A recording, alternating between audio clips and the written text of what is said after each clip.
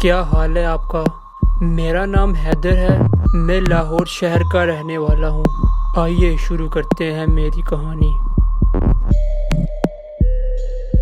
میری کہانی شروع ہوتی ہے آج سے 8 سال پہلے، جب میں 24 سال کا جوان لڑکا تھا۔ باڈی بلڈنگ میرا شوق تھا، میں شکل سے بھی بہت خوبصورت تھا۔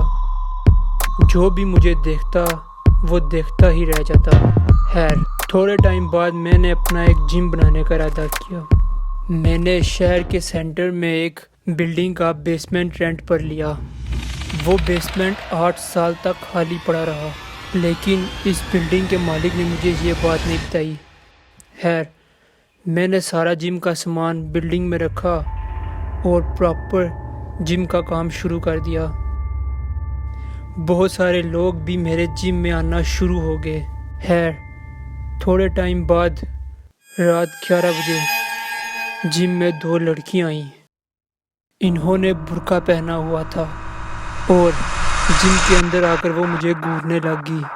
کاؤنٹر پہ موجود لڑکے نے جب ان سے آنے کی وجہ پوچھی تو انہوں نے میرا نام لیا اور کہا کہ ہمیں حیدر سے ملنا ہے، جس پر کاؤنٹر میں موجود لڑکے نے کہا کہ وہ بھی بیزی ہیں۔ یہ سن کر وہ لڑکیاں جم سے باہر چلی گئی۔ تھوڑی دیر بعد اس لڑکے نے مجھے بتایا کہ آپ سے ملنے 2 لڑکیاں آئی تھیں۔ یہ سن کر مجھے حیرت ہوئی کہ مجھ سے ملنے اتنی رات کو جم میں کون لڑکیاں آئی تھیں۔ خیر، میں نے اس کی بات کو نظر انداز کیا اور اپنے کام میں دوبارہ لگ گیا۔ تھوڑے دن بعد میں رات کو جم بند کرنے کی تیاری کر رہا تھا تو اچانک وہی 2 لڑکیاں باہر کے دروازے پر کھڑی ہو کر مجھے دیکھ رہی تھی۔ ان کو اتنی رات کو دیکھ کر میں بھی ڈر گیا۔ پھر وہ میری آنکھوں کے سامنے اچانک سے غائب ہو گئی۔ میں نے ڈر کے مارے فوراً سے جم بند کی اور گھر چلا گیا۔ خیر، کچھ دن بعد میں یہ بات بھی بھول گیا اور اپنے روٹین کے کاموں میں بزی ہو گیا۔ تھوڑے دن بعد اچانک رات 3 بجے میری آنکھ بری طرح کھل گئی، جیسے کسی نے مجھے زور سے آواز دے کر اٹھایا ہو۔ میں ڈر کر اپنے بیڈ پر بیٹھ گیا کہ اسی دوران اچانک میرے کمرے میں زور سے بجلی چمکی اور اچانک وہی 2 لڑکیاں میرے سامنے آ گئیں۔ وہ دراصل شیطان زادیاں تھیں۔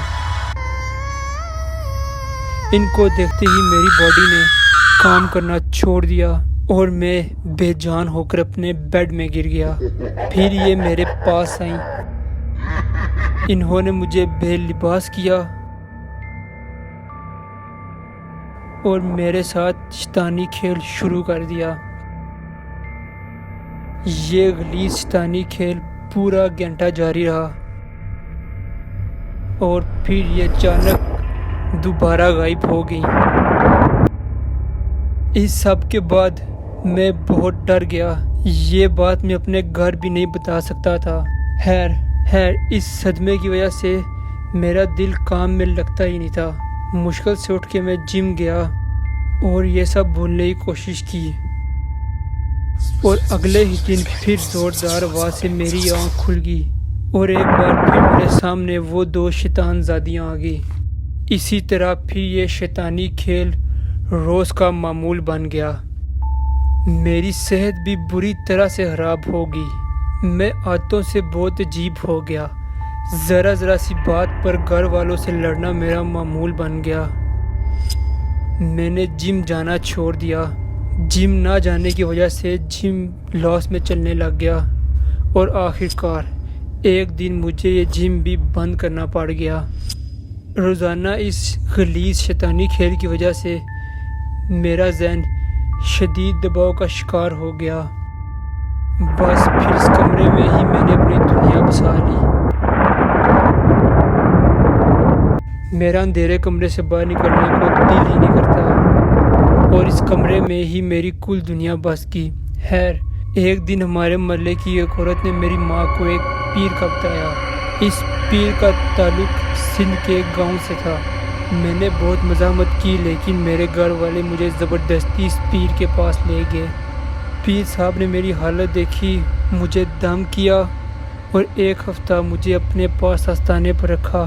پورا ہفتہ انہوں نے مجھے باقاعدگی سے نماز، قرآن اور ذکر کرنے کا کہا۔